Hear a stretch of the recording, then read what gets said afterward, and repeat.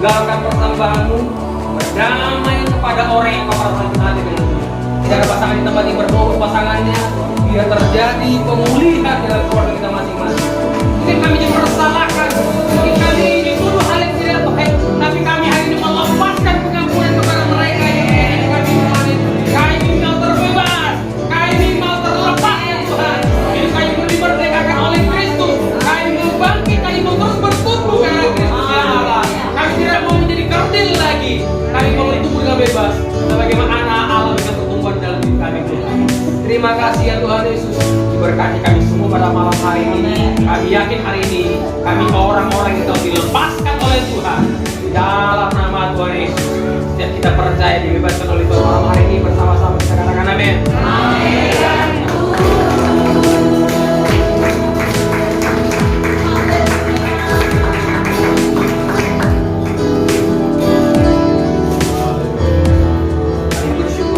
Kami ada sampai hari ini karena Tuhan tidak memperhitungkan segala dosa dan pelanggaran kami. Tuhan mengampuni. Kami bisa pulih hari ini karena pengampunan yang dari Tuhan. Hari ini kami belajar supaya kami bisa memiliki karakter ilahi, yaitu bisa mengampuni setiap orang yang bersalah kepada kami. Bagaimana teladan yang Tuhan Yesus ajarkan, dan Tuhan ajarkan supaya kami bisa berdoa bagaimana kami bisa mengampuni orang lain. Tuhan, biar materi firman hari ini Tuhan bisa menjamak mengubahkan hidup kami. Karena kami percaya kami akan terbebas, kami akan bertumbuh ke arah Kristus. Terima kasih Tuhan, kami siapkan belajar kebenaran firman Tuhan. Di dalam nama Tuhan Yesus, kami berdoa dan bersyukur. Dan siap belajar firman Tuhan bersama-sama kita katakan amin. Silakan duduk. Halo. Halo. Materi yang kelima yaitu memiliki karakter ilahi melalui pengampunan. Kalau kita lihat gambar ini sebentar, kita ada sekarang di modul 2 ya. Kita bukan sebagai jiwa baru, kita di angkatan yang kedua ini sudah melewati angkatan pertama. Tahap pertama itu mengalami Kristus, kita masuk ke modul 2 yaitu sejalan dengan Kristus. Gambar ini luar biasa ya, ini bukan sekedar gambar oleh para penulis buku. Mereka pasti punya maksud dengan membuat gambar ini ya. Gambar di buku kita lebih jelas kita lihat. Di situ gambarnya di tangan itu ada pohon yang bertumbuh. Kita bersama-sama komitmen dengan setiap materi yang kita pelajari. Ini kita bukan yang penting selesai masuk level 3 lulus. Jadi banyak orang sudah lulus, bahkan level 4 pun nanti lulus. Tetapi orang lihat beda level 1 dengan level 2 apa? Kok sekarang lebih rohani kesannya yang belum pemuridan. Jangan sampai seperti itu. Ya, kita harus bisa tunjukkan kita sudah masuk dalam materi sesi yang level kedua. Kita siap untuk terus menghasilkan buah, kita siap bertumbuh. Amin. Amin. Oke, kita lihat materi kita yaitu memiliki karakter ilahi melalui pengampunan. Ya Tuhan kita sembah dalam nama Yesus Allah yang penuh kasih. Dia mengampuni setiap dosa dan pelanggaran kita melalui pengorbanannya di kayu salib. Nah, di sini di Matius pasal 5 dikatakan, aku berkata kepadamu, jangan kamu melawan orang yang berbuat jahat kepadamu, melainkan siapapun yang menampar pipi kananmu. Menampar apa? Pipi kanan. Coba sama-sama dulu. Pegang dulu pipi kiri. Iya, sudah ngerti semuanya. Pipi kanan. Yang dikatakan apa di situ?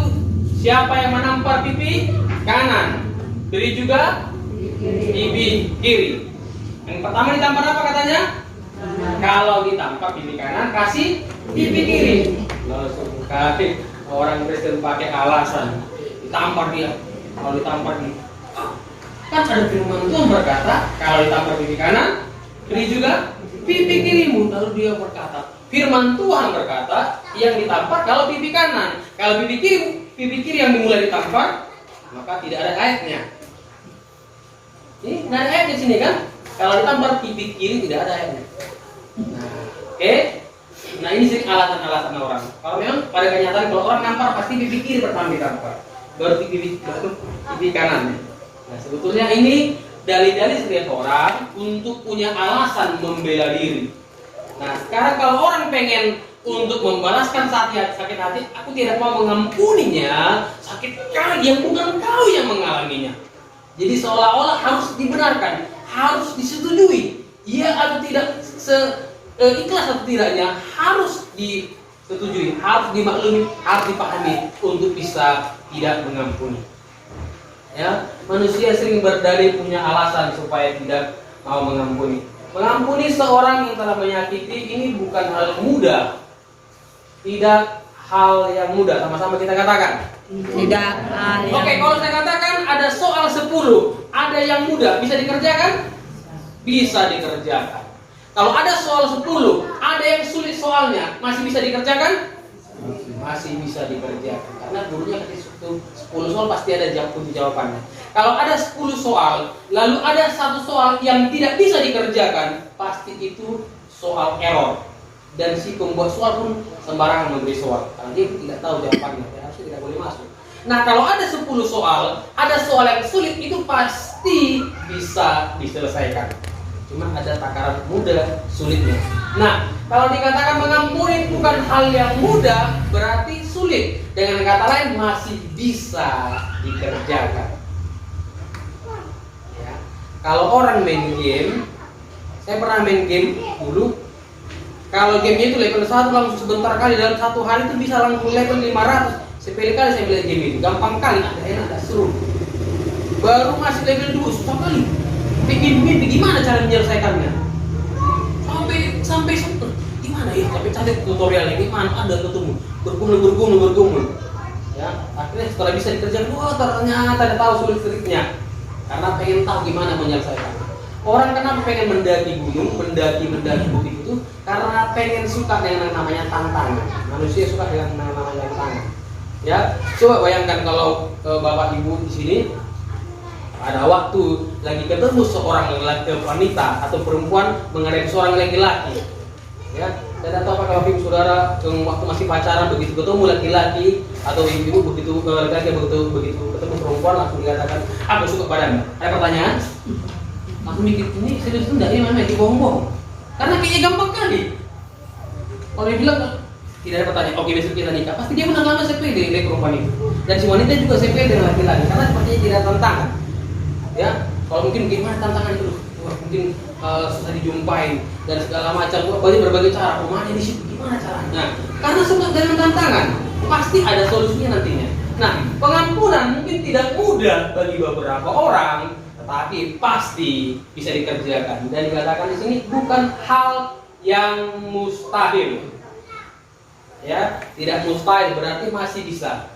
Mengampuni orang yang bersalah itu menjadi tanda yang sangat penting melihat taraf kedewasaan kita. Kita menjadi orang yang dewasa harus bisa mengampuni.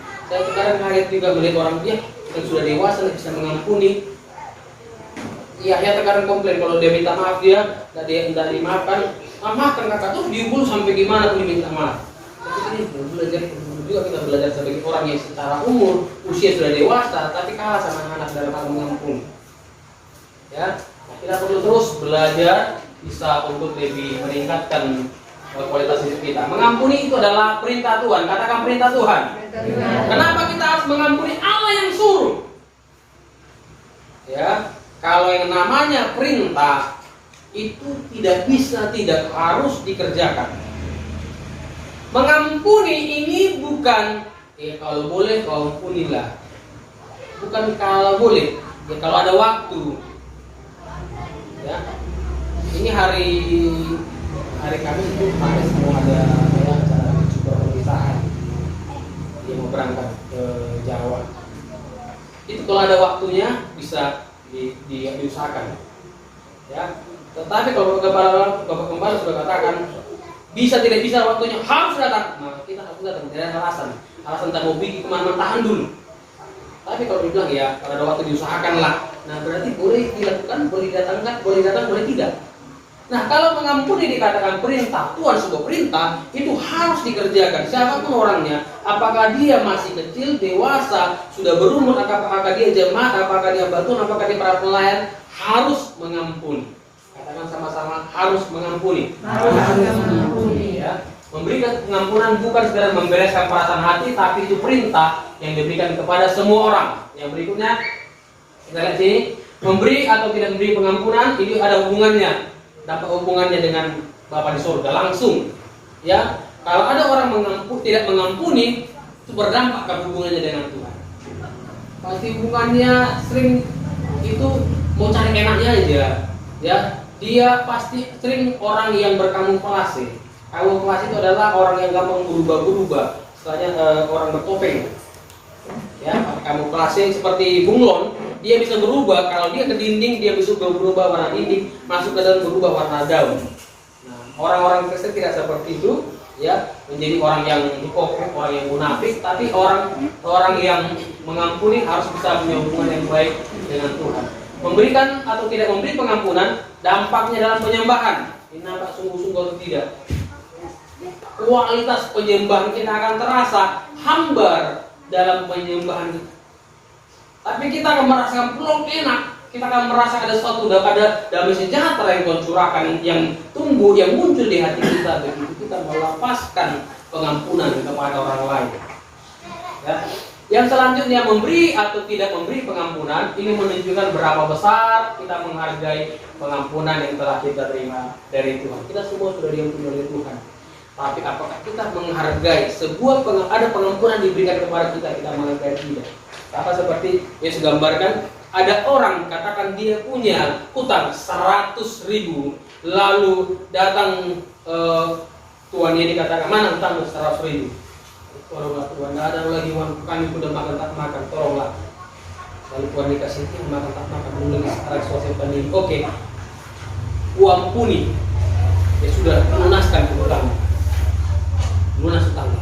Tengah jalan dia senang, wah, tuanku, bosku sudah mengampuni hutangku, dan aku tidak punya hutang lagi, bebas. Lalu tiba-tiba ditengoknya ada orang, mana hutangmu? Uang parkir kemarin 1.000 udah kau balikkan. Masalah 1.000 jadi masalah, ya. Tapi gara-gara 1.000 dia untuk kau, pengadilan menjadi. Lalu dipanggil orang ini sama tuannya kesal.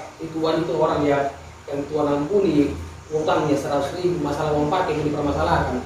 Terakhir tuannya bilang, kau masalah uang 1.000, uang penting, uang 1.000 keperkarakan utang 100.000 bisa kulunaskan. Nah, ini gambaran orang yang tidak tahu menghargai yang sudah diampuni dosa-dosanya. Nah, kita begitu banyak dosa yang sudah kita kerjakan, harusnya kita belajar juga bisa meneruskan gambaran sempurna hati Allah kita berikan kepada orang lain. Ya. Mengampuni sebagaimana Tuhan telah mengampuni kita. Walaupun begitu banyak pelanggaran kepada Tuhan, tapi Dia tetap mengampuni dan mengasihi. Dia memberikan kita pengampunan supaya kita juga memberi pengampuni orang lain untuk bersalah, seperti dua Tuhan Yesus. Ya, ampunilah kami akan kesalahan kami seperti kami juga mengampuni orang yang bersalah kepada kami. Dengan kata lain, kita bereskan dulu kepada orang lain, kita datang kepada Tuhan bahwa kita sudah damai, sudah beres kepada orang lain. Ya, jangan sampai kita melayani waktu saudara kita melayani disebut orang-orang munafik. Kalau melayani, wah, mantap kali suaranya, tapi kalau dipilih kanan, berbeda kerjanya. Kalau melayani, kalau ibadah tangannya paling tinggi, terima berkat Allah, paling mungkin dikit lagi nyampe ke surga tangannya. Tapi bicara untuk musuh, di musuh tangganya tidak bisa dapat kawan. Jangan sampai seperti itu berkristian kita. Tapi Kristen kita harus bisa seperti Tuhan Yesus, kita mengampuni orang yang bersalah kepada kita. Yesus mengajarkan itu dampak horizontalnya ada hubungan dengan bersama dan juga hubungan dengan Tuhan. Dampak daripada kita tidak mengampuni ini, efeknya itu kepada sesama dan kepada Tuhan. Selanjutnya kita bisa tidak mengampuni orang lain yang berbuat salah, sama dengan mengatakan bahwa tidak mau diampuni oleh Tuhan. Dan menganggap yang dikasih Tuhan itu pengampunan itu biasa-biasa saja. Kalau orang tidak mau mengampuni, berarti dia siap untuk tidak diampuni oleh Tuhan. Sekali lagi, ini pesan yang berteguran bagi kita semua. Siapa yang tidak mau mengampuni, berarti dia siap untuk tidak diampuni Tuhan dosa-dosanya. Dan selanjutnya, dia sedang menganggap pengampunan yang diberikan oleh Tuhan biasa aja. Dia sedang bilang sama Tuhan, Tuhan biasa aja keles pengampunan itu. Ya, jadi kalau kita mau menghargai yang Tuhan berikan kepada kita, mari kita juga belajar menghargai untuk bisa mengampuni orang lain. Jadi saya lihat filenya tidak bisa diedit ya. Saya coba beberapa kali tidak bisa, saya coba kali bikin yang tak baru bisa. Ini beberapa kita select sebentar dalam Ibrani 12 ayat 15. Jagalah supaya jangan ada seorang yang menjauhkan diri kasih karunia, agar jangan tumbuh akar yang pahit yang menimbulkan kerusuhan dan mencemarkan banyak orang. Nah, orang yang tidak mengampuni karena apa? Kepahitan kepada orang lain. Kenapa dia kepahitan? Karena sudah semakin berakar, tidak bisa menerima keadaan orang lain. Tidak bisa menerima kondisi orang itu, lama-lama menyebar berakar. Kenapa semakin berakar? Karena dia mungkin memberitahukan kepada orang lain, dia melampiaskan kepada orang lain, lama-lama berdampak efek negatif kepada dirinya. Tumbuh akar yang pahit. Oke, tumbuh akar yang pahit. Hasilnya adalah pohon yang pahit, pasti hasilnya adalah harusnya orang senang makan buahnya, akhirnya pahit. Lama-lama bayangkan kalau keturunan ini kita awalnya suka kita dikasih makan yang pahit, pasti dari tanah semua ini. Pasti ribut pahit kali segala macam, akhirnya timbul keributan. Ya, karena muncul kepahitan akan membuat kerusuhan dan akhirnya mencemarkan banyak orang. Kerusuhan dipakai kata polusi, ya. Polusi itu kita tahu polusi udara pasti akan mencemarkan lingkungan semuanya. Ternyata orang yang kepahitan, orang yang tidak bisa mengampuni itu akan membuat polusi atmosfer rohani. Akan membuat atmosfer rohani kotor. Kita lihat ini saya mau jelaskan satu-satu, mungkin dengan Bapak Ibu bisa lihat ayatnya dengan cepat aja ya supaya bisa kita banyak pelan-pelan lihat ayatnya. Ini satu-satu namanya Ahitofel. Dampak daripada orang yang kepahitan, orang yang tidak bisa mengampuni akan merembes tuh kemana-mana. Ahitofel, dia siapa? Dia adalah Ahitofel punya anak, namanya adalah Eliam. Eliam ini anaknya adalah Betseba. Oke, Ahitofel anaknya Eliam anaknya Betseba. Kesimpulannya berarti Eliam putrinya Betseba itu adalah cucu daripada Ahitofel. Ahitofel siapa? Dia adalah orang yang dipercayai oleh Daud. Kenapa dia benci kepada Daud? Kenapa dia kepahitan kepada Daud? Aku percaya kepada Daud. Aku orang kepercayaan dan aku juga kita sama-sama percaya. Aku menasihati kau supaya lebih baik lagi. Tetapi yang kenyataannya yang dia lihat adalah justru sahabatnya merusak rumah tangga cucunya. Itu apa? Betseba. Dan Betseba atas peristiwa kemudian. Lalu Ahitofel ada dendam atas Daud. Dia berusaha mempermalukan Daud lewat nasihatnya. Akibatnya begitu terjadi pemberontakan di kerajaan daripada Daud, Ahitofel kesempatan. Ya, kau sudah permalukan cucuku di secara gelap-gelap, permalukan kau terang-terangan. Ya, dipermalukan secara terang-terangan. Ya. Nah, orang yang kepahitan itu pengen didengar orang lain idenya, bangga kalau idenya dengan orang lain terus. Tetapi kalau tiba-tiba ada orang tidak suka dengan idenya, lawan, terima. Penulis ini penulis sakit hati, makanya kau udah kawan. Dia kecewa karena idenya nasihat dan tidak diterima oleh Absalom. Akhirnya dia apa? Dia urus semua keluarganya, urus semua keluarganya, rumah tangga, lalu dia gantung diri, lalu dia mati. Orang yang kepahitan, orang yang sakit hati tidak membereskan hatinya, endingnya dia akan mati. Matinya bukan baik-baik. Ibaratnya kalau sekarang mungkin tidak sakramen, dengan tidak dibikin acara pemakaman dengan baik-baik, tapi dadang kita lagi, ya nanti kita akan jumpa di surga dan itu lagi bahasanya. Jangan tidur teladan orang seperti ini. Warisan yang diberikan adalah warisan yang tidak baik. Dia gantung diri. Orang penasehat, orang percaya. Yang berikutnya, ini seorang bernama Absalom. Ini adalah anak Daud. Daud punya anak begitu banyak. Absalom ini siapa? Nah, dia adik kandungnya diperkosa saudaranya. Bukan saudara sendiri, tapi dari mama yang lain. Waktu diperkosa saudaranya, dia bilang aja. Dia tidak bilang yang jahat, dia tidak bilang yang baik. Ya, dia tidak bilang apa-apa. Tetapi ini, hal itu telah terlihat pada air muka Absalom sejak Amnon memperkosa Tamar. Nampak dendam. Jadi dia tidak bilang apa-apa. Kenapa deh? Oh, kamu diperkosa Amnon ya? Udahlah, diam aja kok. Itu aja bahasanya.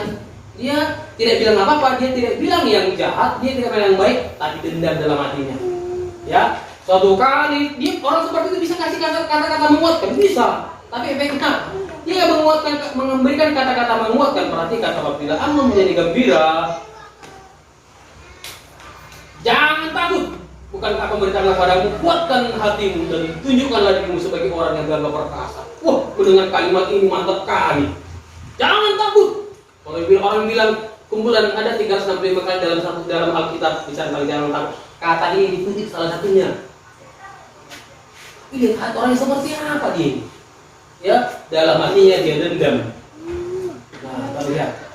Nah, akhirnya dia membunuh yang namanya terlampiaskan pembunuhannya. Suatu saat orang yang kepahitan itu mungkin dia diam-diam kan selama dia tidak bereskan, orang yang tidak mengampuni kalau dia tidak selesaikan akan tiba masanya dia akan mengeluarkan itu seperti bom.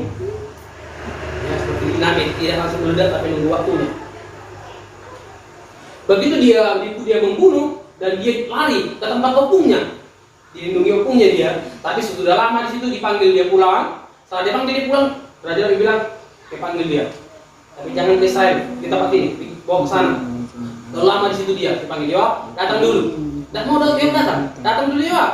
Tidak mau juga Yoab ini datang. Padahal Yoab ini, nanti kita lihat siapa Yoab itu. Ya, familinya dia. Lalu jengkel dia, lihatlah, ladang Yoab ada di dekat ladangku, bakar. Dia sakit hati kepada panglima, setelahnya saudara bawah bapaknya, tidak bisa disuruh. Wah, kamu mau panggil kau? Sakit hati. Ya, sekarang banyak orang begitu ya. Ya, bapaknya bupati, tapi anaknya juga melebihi bupati. Bapaknya polisi, anaknya melebihi polisi, lebih parah. Nah, jadi orang pun lebih menghormati anaknya. Bagaimana penghormatan terhadap pemimpin itu? Dia lebih menghormati, karena seolah-olah anaknya juga seperti punya hak jabatan di kantor itu. Seperti itu pandangan ini juga pandangan si Absalom. Dia berpikir kalau dia juga dia anak raja harus kalau panggil mau, dia udah mau. Karena ada punya dengan kata kau bilang gini, datang diuntung kau, bukan itu tidak mau kau tidak mau kau datang. Ya. Nah, jadinya endingnya Absalom ini mati dia.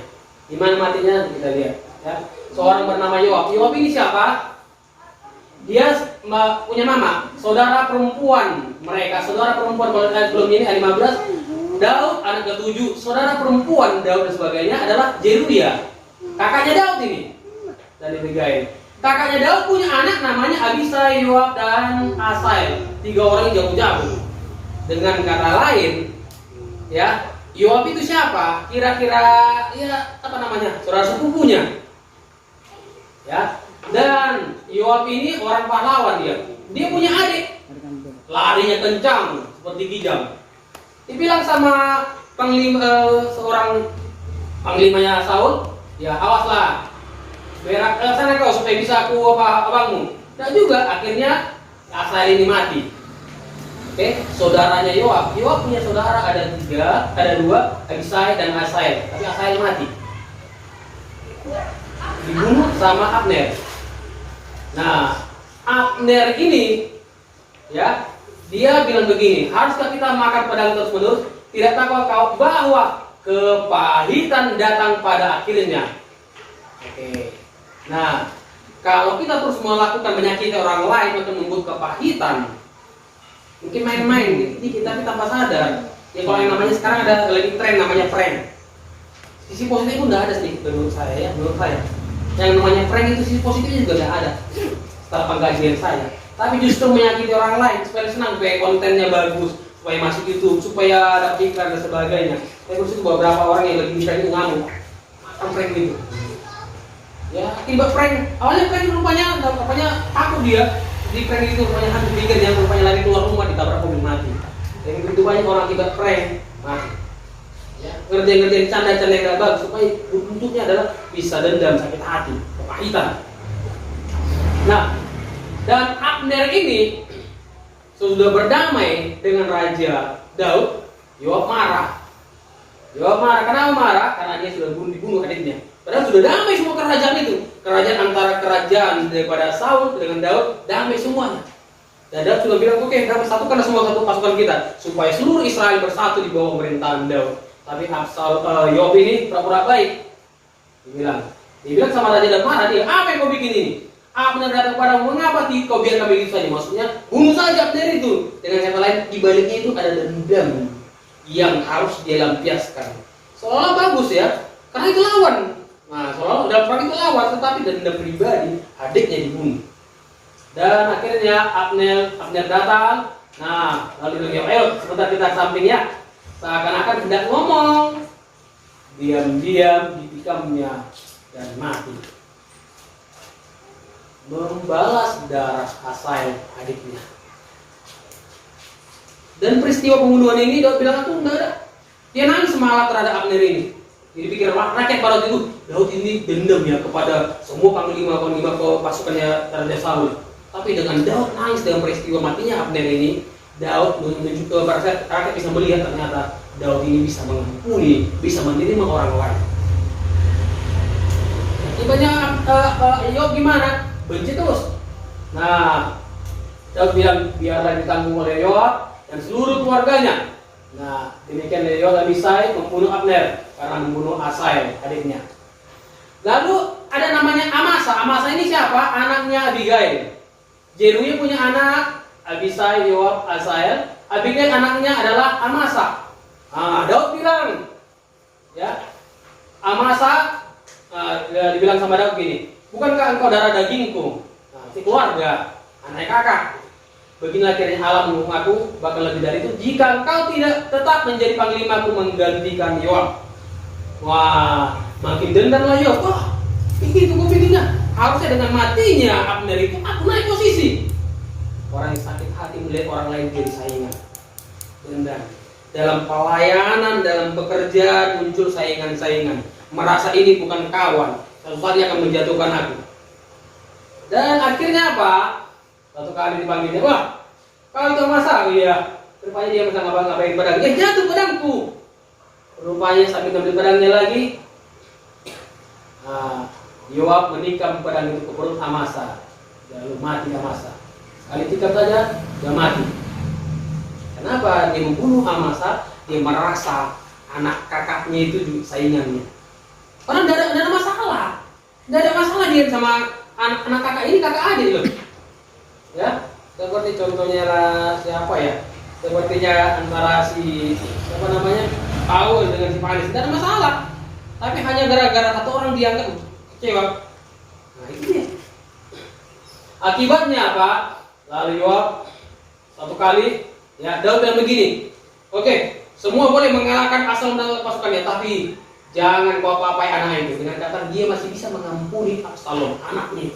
Sekalipun Absalom tidak memberontak kepada dia, ya jangan dia apain. Lalu ada orang cerita kepada Yoab, adik kulitnya ditergantung di pohon sana, Absalom. Kenapa nak tikam saja dia? Tak mau. Karena raja bilang jangan dia apain. Nah, lalu Yoab bilang begini, aku tidak mau buang waktu. Kalau dia ambilnya 3 lembing, ditikamkannya ke dada Absalom sedang masih hidup di tengah-tengah pohon. Ya, Absalom mati. Tadinya Absalom itu lihat gimana, dia memberikan sudah jadi raja, mantap gitu. Ternyata ending dari sakit hati itu dibalas sakit hati lagi orang lain. Kenapa Yoab marah dendam sama Absalom? Karena kebun-kebunnya semua dibakar sama Yoab tadi. Ya, dia marah sama Absalom. Kebun anggur dibakar sama Absalom. Gak terima dia. Padahal sudah kubantu kau, kau pulang bisa pulang kampung ke tempat ini. Rumahnya kau bakar apa? Ladangku. Dendam dia. Ya. Lalu raja berkata, perbuatan seperti yang dikatakan, pancunglah dan mati siapa si Yoab. Jauh daripadaku daripada kaum saudara yang tumpahkan diop dengan tidak beralasan. Dengan kata lain, orang yang sakit hati, orang yang kepahitan sering tanpa ada alasan, tidak ada alasannya sering dia sakit hati. Orang yang dengan baik-baik kata tentunya apa kok? Baik, orang kata-kata biasa aja.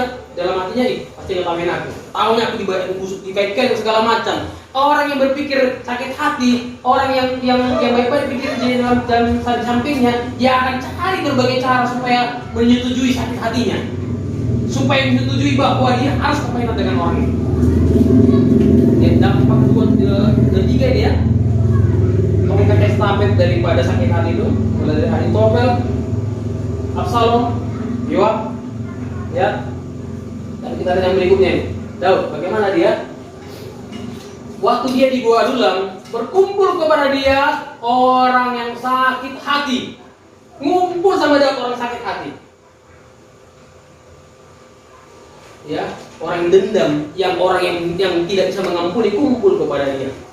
Saya percaya, Gua Adulam dalam training, dalam pelatihan untuk Daud bersama orang-orang yang bisa mengampuni. Dalam 1 Samuel pasal 31 itu suatu kali orang Filistin bilang, suruh pulang Daud itu Daud itu nanti membunuh kita. Pulang Daud, ternyata rencana Tuhan supaya pulang Daud, ternyata istrinya, anaknya, harta bendanya dirampas oleh orang Amalek. Setelah dirampas oleh orang Amalek, kawan-kawannya, orang yang bersama dia yang dikejar piutang, dibantu Daud, dan yang punya kesukaran, yang sakit hati, ditolong Daud semuanya. Dan mereka itu akhirnya ambil batu, siap-siap melempari Daud. Ya, mereka belum pulih sakit hati, tapi Daud sedang menunjukkan belajar bisa mengampuni orang yang dia tolong, bahkan mengecewakan. Daud justru tidak memarahi mereka, justru dia bilang, mana ekor? Dia nanya Tuhan, gimana Tuhan? Aku kejar mereka, kejar, dapat. Dan akhirnya anaknya, istrinya pulang, hartanya pulang semuanya. Bahkan mereka mendapat jarahan yang begitu banyak, akibatnya dibagi-bagi ke tempat-tempat orang lain. Orang yang bisa mengampuni akan murah hati. Amin. Ya, kita mengampuni, kita jadi orang yang murah hati. Ya. Ini kata Daud, perlakuan Absalom orang muda itu dengan lunak karena aku. Dia malah bisa mengampuni Absalom itu. Tapi Yoab tidak bisa mengampuni hanya gara-gara masalah kebun dibakar. Bukan tidak banyak kebunnya, bukan tidak bisa digantikan Tuhan lagi. Tapi ini Daud bukan cuma kebun, seluruh kerajaannya, gundiknya habis sudah. Tapi dia malah bisa mengampuni anaknya. Jangan dia apain dengan lunak perlakukan. Ya. Dan lihat dalam 1 Samuel 15, Daud melakukan apa yang benar di mata Tuhan dan tidak menyimpang dari segala yang diperintahkan kepadanya seumur hidupnya. Ini masalah Uria, ya. Nah, fokus dulu pada ini. Daud telah melakukan apa yang benar. Sepanjang Daud bisa memerintah, dia tidak menunjukkan kepahitan kepada keluarga Saul. Sekalipun Saul itu mencoba bunuh dia. Saul itu seorang mertua, kalau kita bilang sekarang itu mertua kurang ajar. Karena mertua kurang ajar, Daud itu sudah baik-baik. Ya, karena dia sudah mengalahkan Goliat, dia bisa mendapatkan istri, dikasih istri sama Raja Daud, Raja Saul. Tapi ya, istrinya dikasih begitu sudah menang dia, istri dikasih orang lain. Oke, ini samamu. Ya, dikasih kode yang kedua. Dan itu pun dia mau dibunuh. Lagi main musik begini, tenang hati Saul. Tiba-tiba datang setan ke pikirannya. Lalu datanglah mertuanya, dia ambil tombak begini, tembok, tombakkan, majilah kau. Tapi dia menghindar tuh. Dia tidak kena. Dan kalau kita contohnya bahkan mau dibunuh, orang pasti dendam di orang itu. Masa bisa gue bilang dia udah mau dibunuh, bukan sekali 2 kali loh, atau apa? Dan itu lagi begini orang kan, bukan sekali 2 kali. Gue ampuni, berapa kali bikin terus? 1 kali, kau sakiti, 2 kali, 3 kali, 4 kali. Tapi Yesus berkata mengampuni orang 70 kali, bukan 70 kali 7, 70 kali 7 kali, ya, yang dihilangkan kalinya. Nah, ini saya pernah coba di kalkulator 70 kali 70 kali 70 kali, tapi 7 kali 70 kali 70 masih muncul, 70 kali 7 masih muncul, masih muncul, sampai ke 6, masih ke 7 sampai dengan error. Apa ya kalkulatornya? Kamu saya lihat begini. Allah sedang menunjukkan untuk bisa mengampuni Tuhan cepat dan diri. Amin. Karena perintah Tuhan. Ya. Dan Daud pun waktu mau diburon sama mertuanya. Ini hal yang luar biasa. Suatu kali sedang di sebuah tempat dan tidur Raja Saul mengejar dia, mertuanya ngajar dia. Lalu dia bilang sama Abisai, saudara siapa itu? Yoab itu. Yoab punya dua saudara, Asahel mati, Abisai masih hidup. Dan dapat dia. Udah, apa aja lah, dia tombakkan diri mati sekarang. Anjing mati dengan kotor dari itu. Ya. Bahkan mungkin orang gampang ngajak kotor kepada orang yang sakit hati yang menyakiti kita. Kan gampang bapak saudara ya. Ya, apalagi kalau bikin tiba-tiba dia apa nih? Itu dia langsung marah mengucap seperti itu juga bisa ya. Dia orang anjing mati, aja gitu kan sama dia. Karena sakit hatinya kepada Raja Saul. Tapi dia bilang, jangan. Aku tidak mau menjamu orang itu. Lalu dipotong pucat jubahnya. Bangun bagi-bagi, kata Raja Saul. Tuanku, siapa kau? Aku ini anakmu. Wah, anakku, Daud. Masih bapak seolah Allah yang ke anaknya bertul sama anak. Ya, orang bilang mungkin topeng Raja Saul ini. Tetapi Daud bilang, ya, tadi malam aku melihat rajaku bisa dibunuh, tetapi tidak aku lakukan karena aku tidak mau menjaga orang berarti Tuhan. Lalu Saul dalam begini, siapa aku ini? Aduh, harusnya nyawa aku tidak berharga di mataku. Ampunilah aku. Nah, Daud bilang gini, aku tidak mau menyakiti Tuanku Raja. Udahlah, biarkan laku anjing mati. Aku pergi, mungkin dibilang kudus kalau macam merendahkan diri di hadapan Saul. Aku tidak membunuh kau, kata Raja Saul. Tapi berikutnya dikejar lagi sama dia. Jadi waktu Nabi bilang begini, orang bertuah macam apa lagi? Pantas mungkin harusnya ya. Pantas harusnya kita sakit hati dengan bertuah seperti itu. Tapi Daud dibikin sama mertuanya dia tetap mengampuni. Sampai dia di pemerintahan seperti itu, makanya Yesus sebagai anak domba akan duduk di tahta Daud, bukan di tahta Salomo, bukan di tahta Saul. Karena Daud itu pure hati, murni, dia tidak mau sakit hati, dia bisa mengampuni.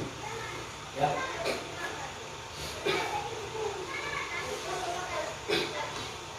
Daud dikatakan dalam kisah Rasul orang yang berkenan di hati Tuhan melakukan segala kehendaknya. Dan Tuhan melihat Daud ini orang yang bisa melakukan apa yang Tuhan katakan. Nah, Tuhan katakan perintah Allah tadi, dikatakan perintahnya yaitu kita harus mengampuni. Nah, coba saya minta sebentar, ya, sebentar ke Jupri sebentar sini. Saya dapat gambaran kemarin waktu camp di beras tadi, contoh, ya, tiba-tiba Jupri tidak terima terhadap perkataan Ibu Berta. Ibu Berta ini banyak kali ngomongnya, terus aku disalahkan, betul-betul semen drum. Dengan kata lain, dia sedang mengambil sesuatu beban dari dalam hidupnya. Contoh, coba ambil tas. Ini kemarin taruh gambar ambil tasnya, takut dibanyak hartanya. Ambil tasnya, ambil tasnya. Pikul lah. Masukkan tuh. Pikul pakai. Karena kau yang apa yang sakit hati, yang apa itu bisa menerima. Contoh ya. Nah, karena dia menganggap dengan seperti itu, ku ambil sesuatu yang berharga dari itu. Orang yang sakit hati, kalau kita sakit hati pada seorang, kita berpikir kita sedang mengambil sesuatu yang berharga dari orang itu, dan kita merasa makin lengkap sudah, makin lebih bagus. Oke? Nah, suatu kali berikutnya lagi Jupri sakit hati. Siapa lagi punya tas di sini? Nah, Ibu Enderika, Ibu yang baru, siapa yang punya tas ini? Ibu Enderika. Nah, sakit hati dari Ibu Enderika. Ini terus apa Asir terus nggak bisa apa? Aku yang terus salahkan, padahal aku kan Asir. Jadwalku yang gimana coba seperti jawab terus aku salahkan minta jadwal. Sakit hati terhadap Ibu Enderika. Oke, makin pas ya, cocok ya. Tapi contohnya dia nanti kalau merasa masih nyaman, enjoy aja dengan merasa sakit hatinya. Tidak puas lagi, ya. Lalu dia sahabatnya bilang Jupri, dengan Jupri begini perlu. Oh, sahabatnya itu bicara pada mereka pas jambatan. Contoh.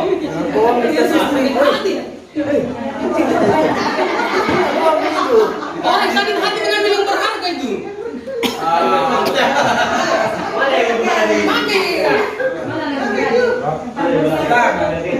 Jalanmu sedikit gemulai. Berkali sebenarnya. Oke, sudah makin banyak dia pikir mengambil kekayaan dari orang yang sakit hatinya. Ya semakin ringan gimana? Yang berat ya, Iji merasa hidupnya yang berat, tapi tidak mau tahu dia.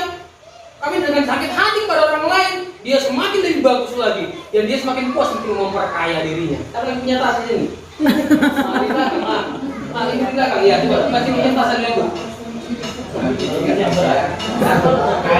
apa-apa. Agak goyang dikit jalannya. Lampai dikit, lampai. Tapi kuliah semua ini harus dipikul contohnya ya. Apa pesannya? Contoh, kalau bisa dua lagi, nggak apa. Ini hanya supaya kita bisa paham pesannya. Berat kali lah. Koper. Stop ya. Ini lagi speaker. Ya Tuhan. Pertanyaan saya. Oke, pertanyaan saya. Gimana kalau Bapak Ibu Saudara melihat dia nyaman di orang seperti ini? Orang normal? Orang normal? Berarti kesimpulannya orang yang tidak mengampuni adalah orang tidak normal. Oke, makin nyaman, makin enak? Ya? Oke. Tanpa kita sadari, dendam, kepahitan tidak bisa mengampuni, membuat beban hidup kita semakin berat. Gimana solusi supaya dia ringan lagi, kembali dia bebas? Dia harus mengampuni. Oke, berdamai kepada Sarah. Ya kan? Harus berdamai kepada satu-satu, nggak bisa ambil kelima. Ini bukan begitu. Pas makin ngamuk yang lainnya. Oke. Selain diserahkan kepada satu, nggak berdamai dia. Serahkan Pak Junta, minta ampun aku, minta ampun aku gitu. Oke, makin ringan, stop dulu. Makin ringan atau masih berat? Makin ringan. Masih enak begini? Enggak. Oh, oke. Coba, gimana supaya makin ringan lagi? Coba bikin. Yuk, berdamai kepada. Ya, jangan salah berdamai. Berdamai kita. Makin ringan. Oke, makin enak juga ya? Masih pada keringin enggak? Atau gimana? Masih nyaman? Enggak. Tidak nyaman. Dia karena dia seorang laki-laki, dia udah nyaman begini, dia harus berdamai kepada siapa lagi? Dia berdamai kepada siapa lagi? Ayo. Siapa tadi? Berdamai kepada ini. Maaf, saya sudah begini. Oke. Saya kan lagi. Pada siapa dia berdamai lagi? Siapa tadi? Berdamai pada Pak Kasih. Maaf Pak, kalau sudah begitu baik menyambut sama aku yang salah tanggap. Contohnya ya. Terus berdamai.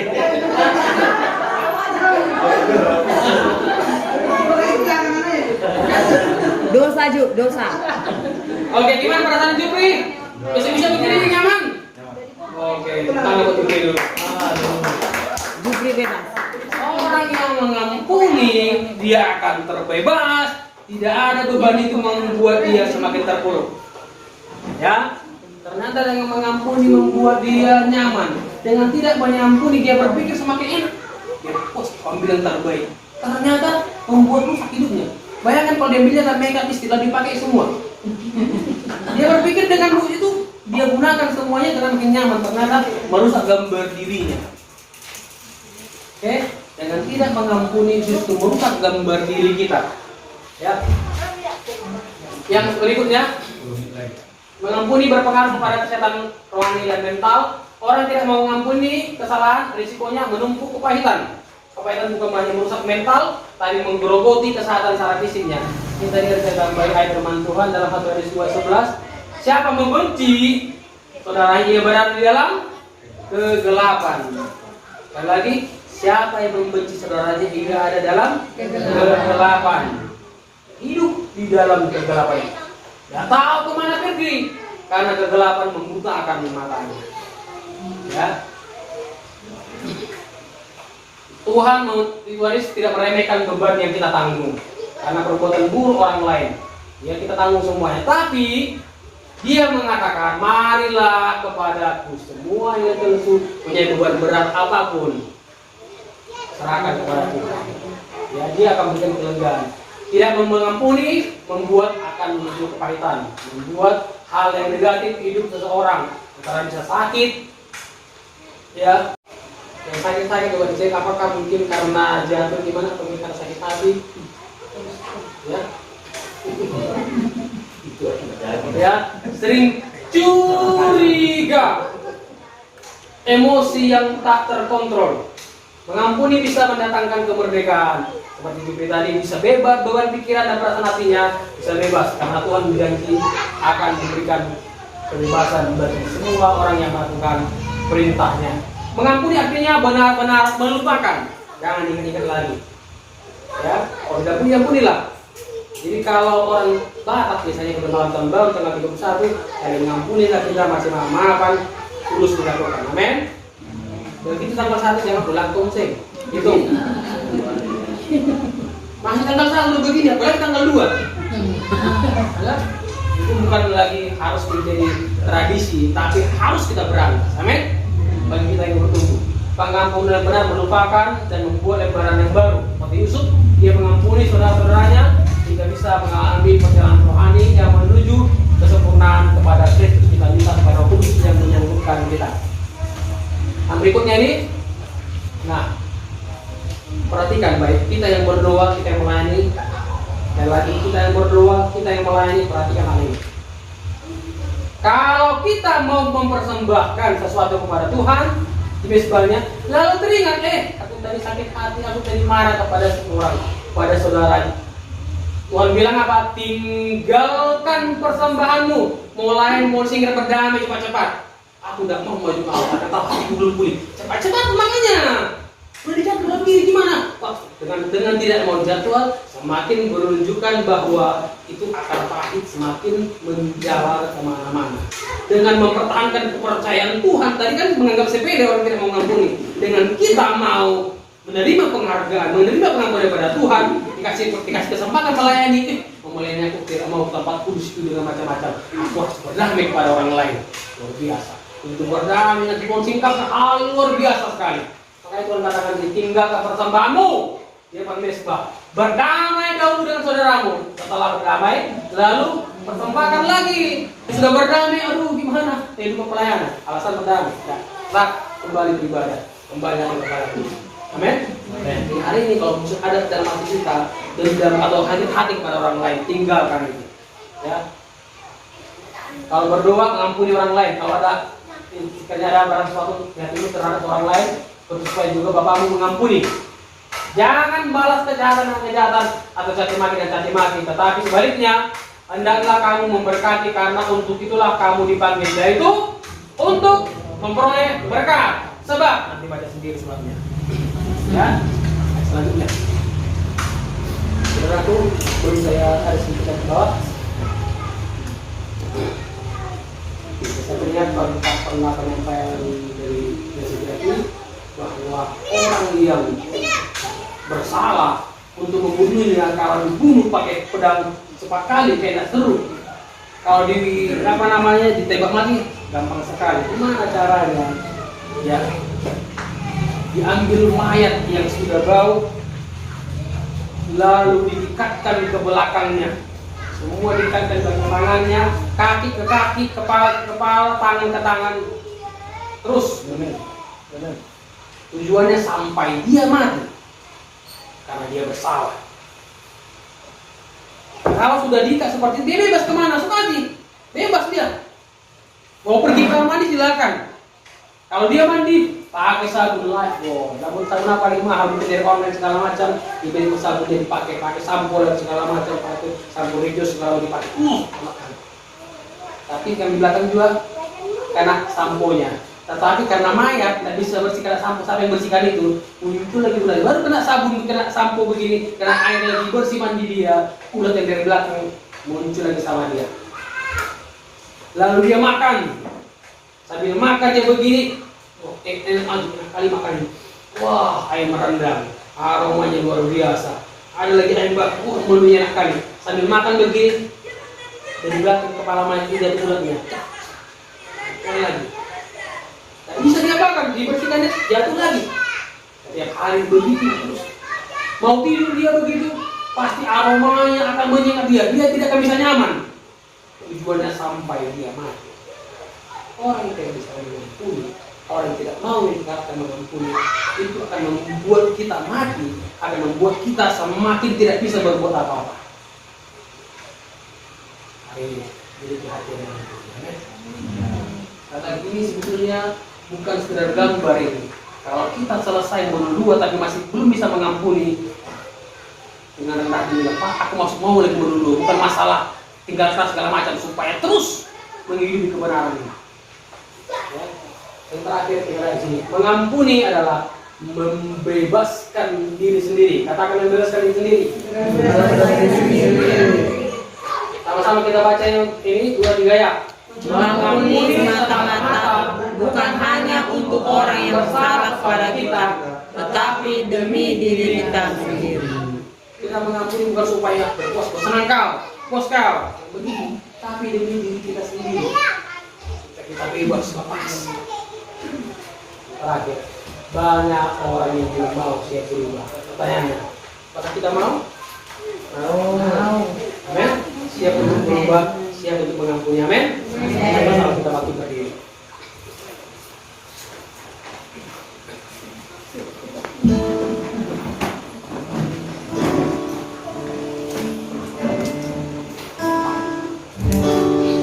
Betapa besar kasih pengampunanmu Tuhan, tak kau pandang indah hati yang hancur.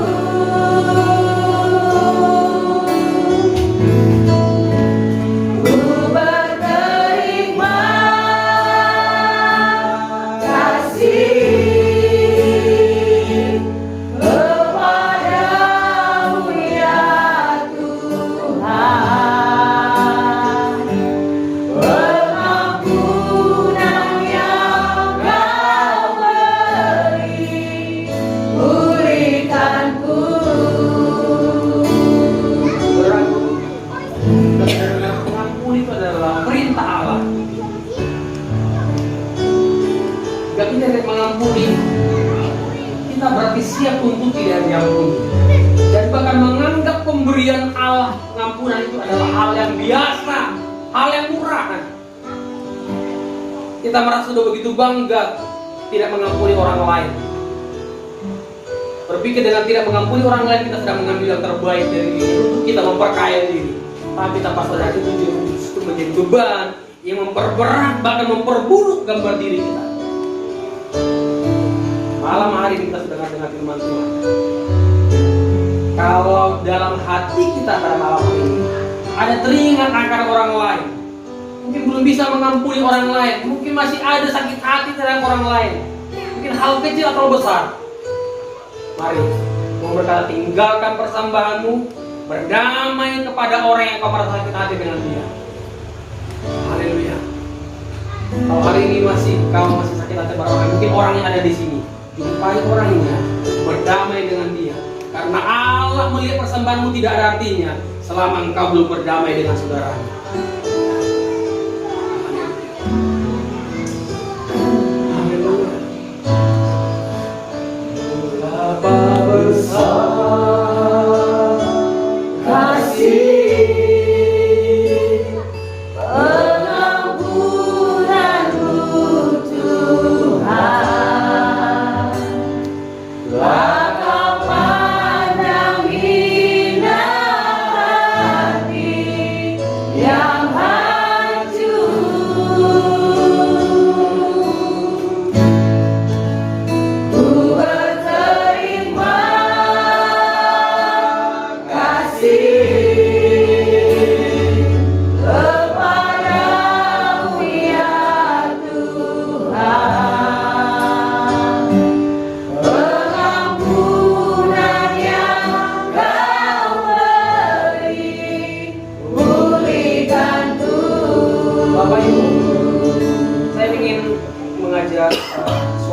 bisa mendekati istrinya. Para suami bisa menjumpai istrinya, mendekati, dan istri tidak tahu apakah mengungkapkan saudara tidak ada hal kecil atau yang besar, mungkin ada merasa tidak terima pernah terhadap suami, mungkin merasa disepelekan atau mungkin merasa tidak dihargai sehingga merasa ada kepahitan yang kecil atau besar. Pada hari ini kita menjaga memperbaiki, kita berdamai hingga rumah tangga kita semakin diperbarui oleh Tuhan, jadi rumah tangga yang bisa menjadi berkah. Haleluya. Mari sama-sama kita berdoa untuk pasangan masing-masing, dan anak-anak berdoa untuk orang tuanya, dan yang tidak ada pasangan di tempat ini berdoa untuk pasangannya, biar terjadi pemulihan dalam keluarga kita masing-masing.